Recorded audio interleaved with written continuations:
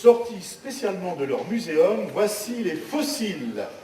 Les iguanodons, les mégathériums, les ptérodactyles, l'ichthyosaures, dinosaures, brontosaures, nabucodonosores et autres trésors des temps révolus sont venus simplement pour prendre l'air.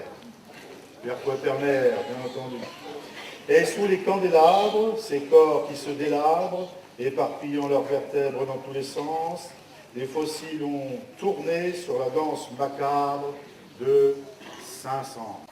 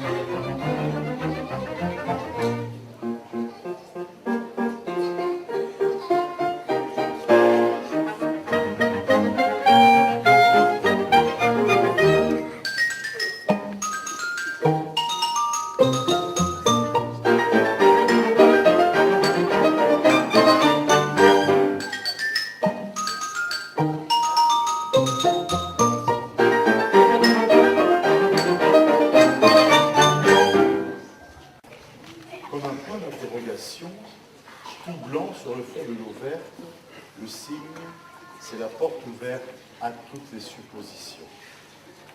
Est-il pathétique ce cygne? Est-il un amant malheureux? Est-il romantique mais digne? Ou simplement crétin, glorieux? C'est un mystère qui persiste. Et le cygne, aux accents de son air fataliste, s'éloigne lentement sur l'eau. Pour lui, c'est un moment bien triste lorsque va jouer ce morceau. Mais c'est un bien bel instant pour la violoncelliste, car elle va faire un solo.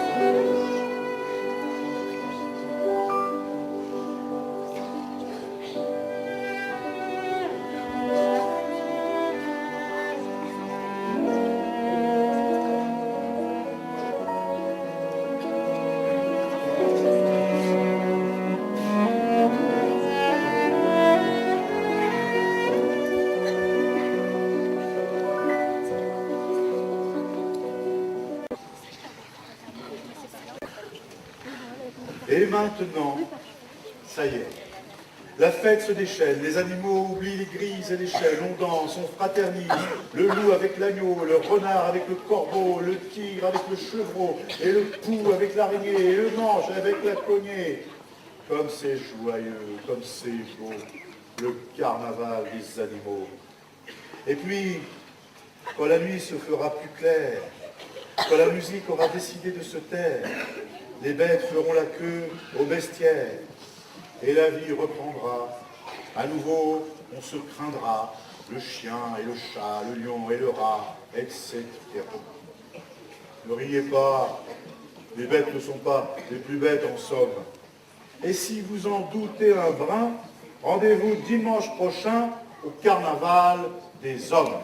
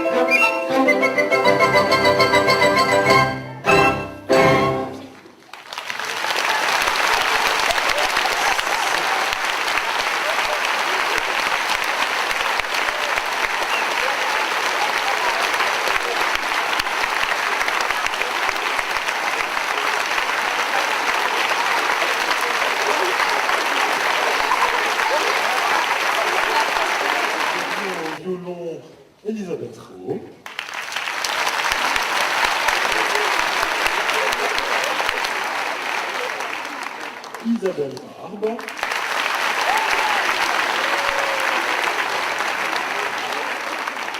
Pour ce choix pédagogique, on va faire par famille d'instruments. À l'alto, Frédéric Soraitz.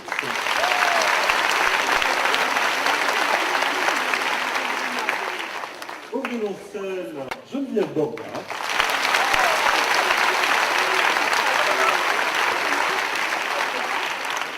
À l'éléphant, Jean-Baptiste Salle.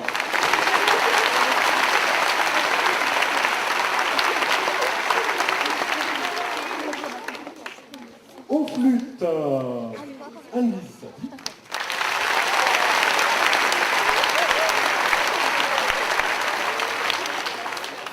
À la clarinette et au coucou, François Bonnet.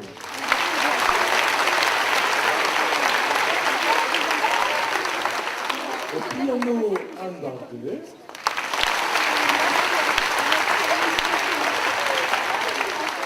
Et Nathalie Delacaille.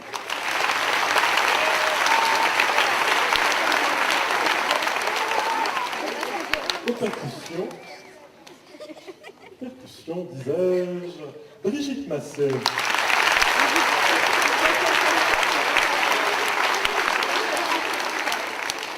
Nous avions la chance d'avoir un récitant, un narrateur, un comédien, M. Bertrand Jarrigeon.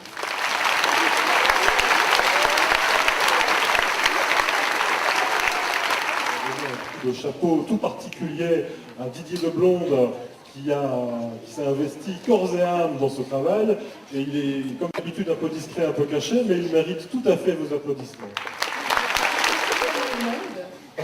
Dans tous les pays, pour toutes les races, des enfants souffraient. Et la souffrance d'un enfant s'écrit dans une langue universelle, et les larmes des enfants ont toutes la même couleur.